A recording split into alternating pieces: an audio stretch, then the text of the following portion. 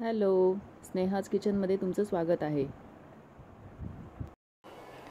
आज मी इथे पुदिन्याचं सरबत बनवलं आहे। तुम्ही इथे बघू शकता। उन्हाळ्यासाठी खास अशी ही रेसिपी आहे सरबताची। अगदी करायला सोपी आणि झटपट होणारी ही रेसिपी आहे। तर आता ह्याची रेसिपी मी तुमच्यासोबत शेअर करते। तर हे पुदिन्याचं सरबत बनवण्यासाठी सगळ्यात आधी मी इथे एका बाउलमध्ये सब्जा घेतलेला आहे। 2 चमचे सब्जाचं बी घेतलेलं आहे। ते आता सगळ्यात आधी आपल्याला भिजत घालायचं आहे।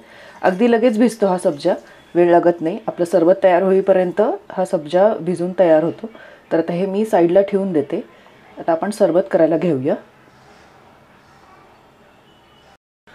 तर इथे एक मिक्सरचं भांडं घेतलेलं आहे। त्यात आपल्याला पुदिन्याची पानं घालून घ्यायची आहेत। त्याचबरोबर इथे मी काही आल्याचे तुकडे घेतलेले आहेत। ते आलं सुद्धा यामध्ये घालून घ्यायचं आहे। यानंतर यामध्ये जिरा पावडर घालायची 1 चमचा। जिरा पावडर घातली मी इथे। त्यानंतर इथे मी काळं मीठ घेतलं आहे, म्हणजे सेंधव मीठ। ते इथे अर्धा चमचा घालते मी। आणि ह्याच्यात थोडंसं पाणी घालून आपल्याला ह्याची बारीक पेस्ट करून घ्यायची।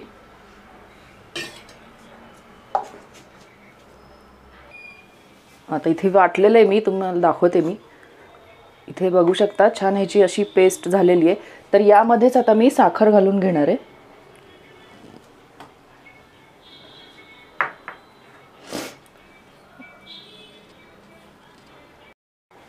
आता यामध्येच मी साखर घालून घेणार आहे। तुम्ही साखर तुमच्या आवडीप्रमाणे कमी जास्त करू शकता। मी इथे 5-6 ग्लास बनवते, त्या अंदाजे मी इथे साखर घेतलेली आहे। आणि यामध्येच चवीप्रमाणे आपल्याला मीठ पण घालून घ्यायचं आहे।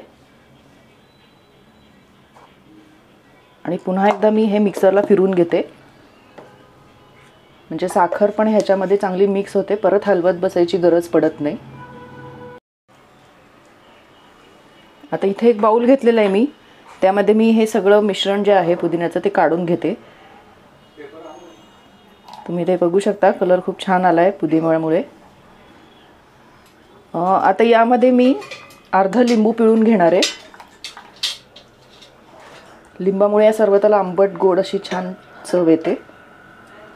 एक अर्धाच लिंबू मी यामध्ये पिळले। आता यामध्ये आपल्याला 5 चमचे नाही 5 ग्लास ह्याच्यामध्ये आपल्याला आता पाणी घालायचं आहे। आता हे पाणी घालून सगळं मिक्स करून घ्यायचं। तर तुम्ही इथे बघू शकता थंडगार असं आपलं पुदिन्याचं सरबत जे आहे ते तयार झालेलं आहे।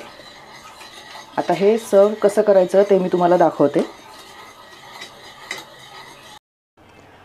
तर तुम्ही इथे बघू शकता मगाशी जो मी सब्जा भिजवून ठेवला होता तो छान भिजलेला आहे। अगदी 5 मिनिटात सब्जा भिजतो। तर सगळ्यात आधी मी आता इथे एक ग्लास घेते।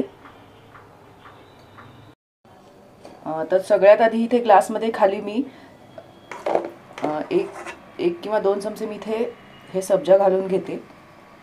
त्यानंतर यामध्ये आपल्याला हे जे तयार सरबत आहे ते घालायचं।